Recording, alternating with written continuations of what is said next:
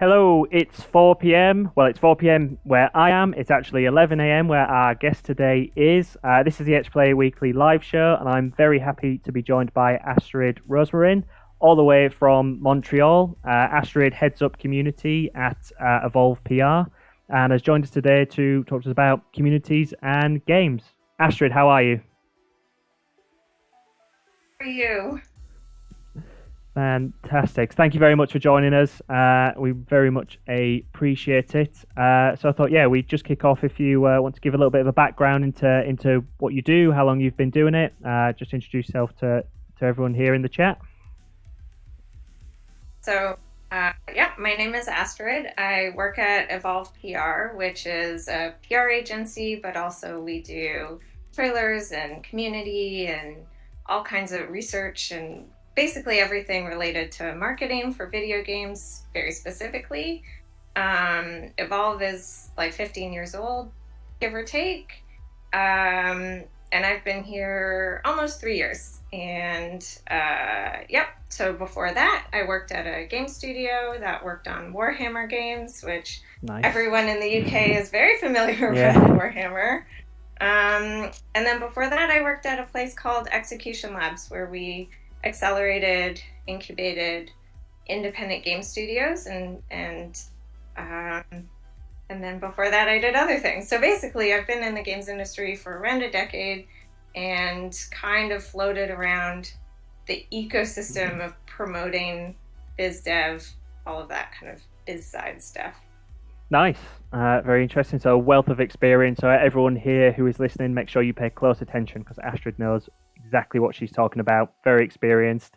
So, I just wanted to firstly ask you about, you say obviously you've got a lot of experience working in lots of different studios and games. Like, what kind of differences do you find in managing communities between like the large studios and the big games to smaller, maybe indies and smaller titles?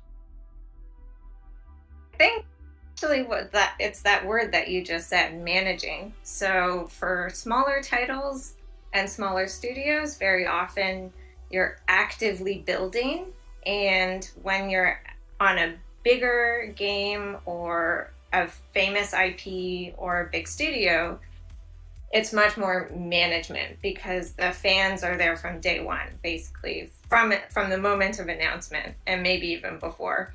So really, it comes down to what your strategies are and what kind of policies you have in place based on your situation in that context. If that makes sense. I don't know if that makes Yeah, sense. that does make sense. And in terms of obviously you work from kind of outside of the studio helping, do you kind of would you go in and help set that strategy, or would the game studio come to you and be like, this is what we want to do, can you help us implement it? Kind of how would it work from that perspective, or does it vary kind of from studio to studio?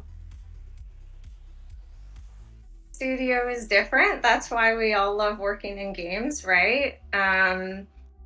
Honestly, it's interesting because we'll have some clients that we work with where they just say everything community, deal with it, and so we'll build the strategy. We'll even like request specific content to be put in the game so it can be used in for community initiatives. We'll run the social accounts, the Discord server, the TikTok, whatever it is nowadays.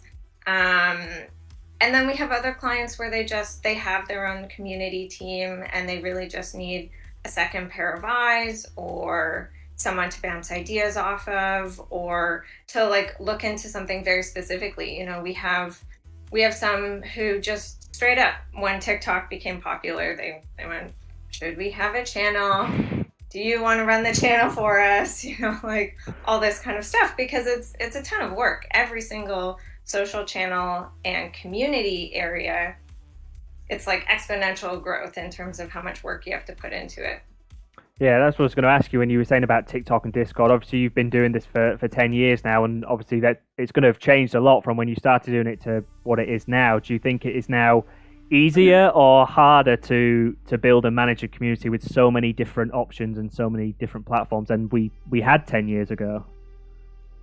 Yeah, I mean, like the original game communities were essentially forums, right? Mm. If we're talking about online communities anyway, or the very beginnings of PAX and events like that, LAN parties like that. Those are the old community initiatives essentially. Nowadays, I think it's more of a choice problem in that most studios don't have capacity to have forums, their own conferences, attend all the other conferences, have Twitter and Facebook and Instagram and LinkedIn for recruitment and TikTok and then Vine, whatever else comes out and becomes popular. And so it's about choosing the best locations for your communities to live in a kind of healthy way. Cool. And how would you go about defining that? I assume that's something you would help with, because it must, as you say, it must be really difficult because you've got so many options to choose from, and it's not, for the most studios, it's not going to be sustainable to cover every single base, because I guess, and I'm guessing, you want to do a few things well rather than a lot of things not that great. Yeah.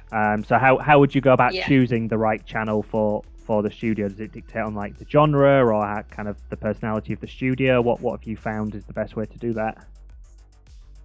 Yeah, there's definitely, so part of it for sure is you want to go where your audience or your target audience already is, especially if it's a really specific genre or a niche kind of gameplay, or like the visual novel community lives in very specific spaces, and it's not the same as the first person shooter communities. Sometimes they overlap a little bit, like Twitter is where everybody comes in together mostly from English speaking Western areas, but it's like one of those places where a little bit of everybody is. But then they all kind of fracture out into their own locations. So it comes down to, for sure, researching, online sleuthing, just talking to people and figuring out where to go. And then the other part is what your own skill sets are, especially if you're a really small indie type of team and there's a really good chance you don't have a community person who's dedicated full time, then play to the skills that are on the team. If your artist loves posting to Instagram all the time, then see if they're willing to run the company Instagram account. Things like that. And sometimes you can divide up the labor a little bit easier that way. Cool. That's good to know. And I guess, obviously, you've worked on different ends of the scale. Like, if someone came to you, like, and literally starting from nothing, which a lot of studios will be doing, and that feels like it's quite a daunting task to start a community from nothing. We haven't got a lot. What would your advice be? What can you essentially do if you're starting from kind of day dot and you have nothing? What would your advice and plan be? I guess you won't be able to do a plan, but what would your advice be for someone who's starting with nothing? Can't do a plan, but the thing is with the plans, always remember that they change, right? Very honestly, I've been working with game developers for a really long time, it feels like. And I'm pretty sure no one ever has told me their launch window. And in my head, I always add 6 months. And then eventually one day the developer will come back and say, oh yeah, we're moving the launch probably to out of Q3 into Q1. And it's like, yeah, there's your 6 months, right? Like it just happens. And so the key to plans is having it be somewhat timeline agnostic and more just based around conceptually your goals and how you want to achieve those goals. And then to answer the actual question you asked, I personally just think throw up an account on Twitter. It's so much faster than a lot of the visual asset based platforms like Instagram or TikTok or YouTube.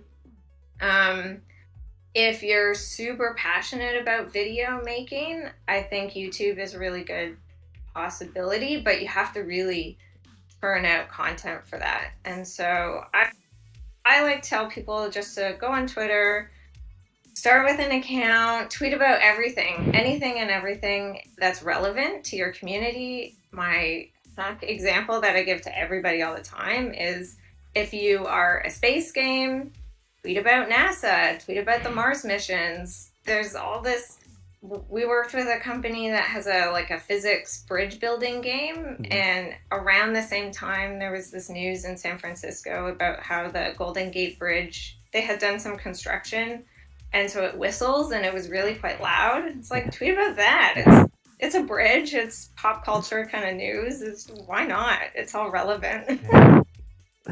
Cool. And we kind of touched on it a little bit earlier, but obviously there is a big difference between growing a community and then managing a community. Kind of what do you see of like the differences in approach to that, and what are the challenges to both things? Because neither are easy, I would imagine. So kind of what are the challenges for both of those sides of the coin? Yeah, they definitely have their own particular challenges. I would say for growing a community, the hardest thing is just getting eyeballs onto your accounts, your brand, whatever it is. In general, the strategies that work best are not standalone.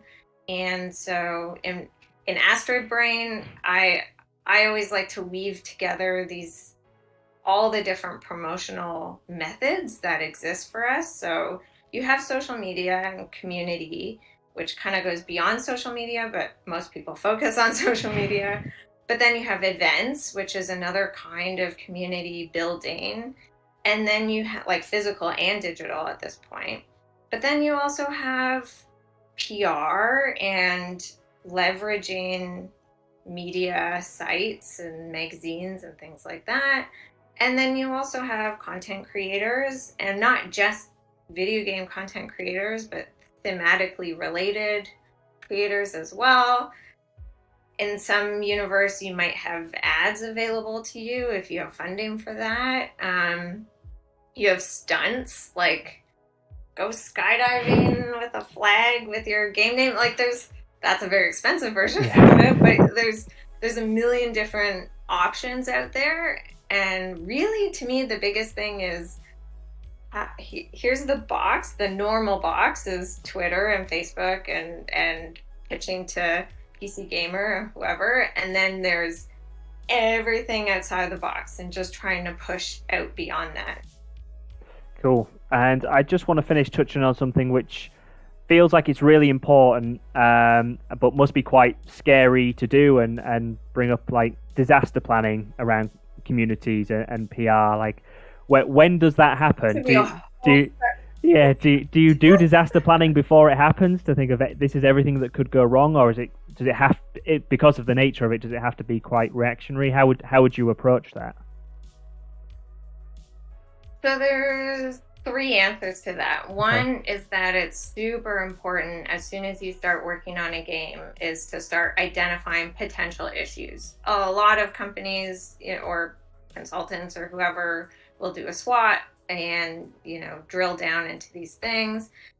If there's a playable game, that's like the easiest, and you just play through the game and you see if there's problematic issues in the game itself or talking points, whatever. So like definitely always vet the content and what you're doing and try and see if things can change ahead of time or prepare for those specific issues. But then in general, it really depends how experienced you are. For me personally, because I have experience, I don't need to have a full-scale disaster plan ready to go for everybody. It's more like, I'm sorry to say, but we see the exact same crises every year, right? And so it's like, oh, I've seen this one before. Yeah. Kind of know generally how to react to it. That's fair enough. Astrid, thank you so much for joining us. Really, really appreciate your time. I think you might be the first international guest we've had. Oh no, we had Kelly, who was abroad as well, but you're definitely the furthest away that we've had, all the way over in Canada. So thank you very much for joining us. We really appreciate it. Lots of great insights there into the world of community and PR. We'll drop in the chat where people can find you online. And yeah, thank you again for joining us. It's been a real pleasure.